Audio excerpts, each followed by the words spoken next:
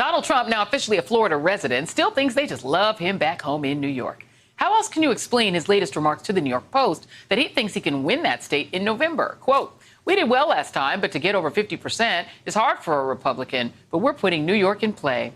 He seems to forget that in 2016, it wasn't even close. Hillary Clinton carried the state by 22 points.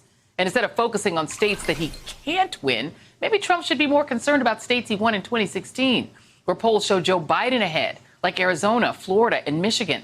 Joining me now is former Congressman Beto O'Rourke, and he thinks that Biden could win in his home state of Texas. I am fascinated to hear your analysis of this. You came very close to winning statewide in that state. I'm going to put the numbers up for you. Donald Trump, 52, Hillary Clinton, 43. But right now, Donald Trump, 46, Joe Biden, 44. Can Biden get that extra 2%, and how would he do it? Joy, I think this is his to lose. You saw in 2018, we got within 2.5 points of Ted Cruz.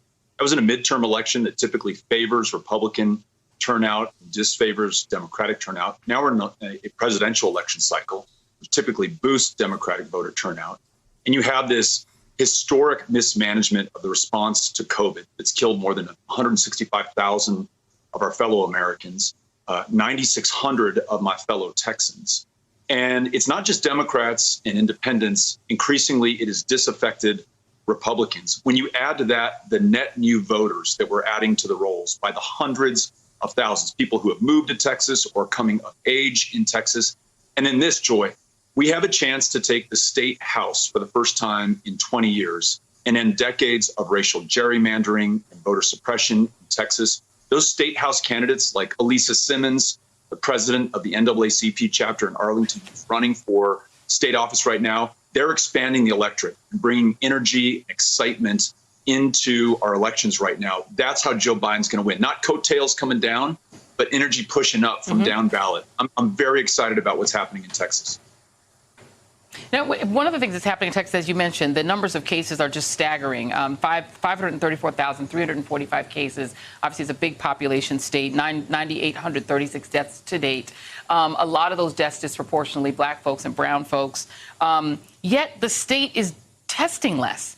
The amount of testing is down by more than 40%, while the positivity rate jumped up 24%. Is it your sense that the governor of Texas thinks if they just don't test, and they falsely deflate the numbers, that somehow Texas voters won't notice it and they'll vote for Trump? I don't understand what the strategy is. We've got to listen to what they say, Joy. So the lieutenant governor, who is arguably the most powerful elected figure in the state of Texas, Dan Patrick, said on Fox News not too long ago, there are more important things than living. And it begs the question, who is it that he wants to do the dying? It is those frontline workers, in some cases making our minimum wage, which is $7.25 an hour.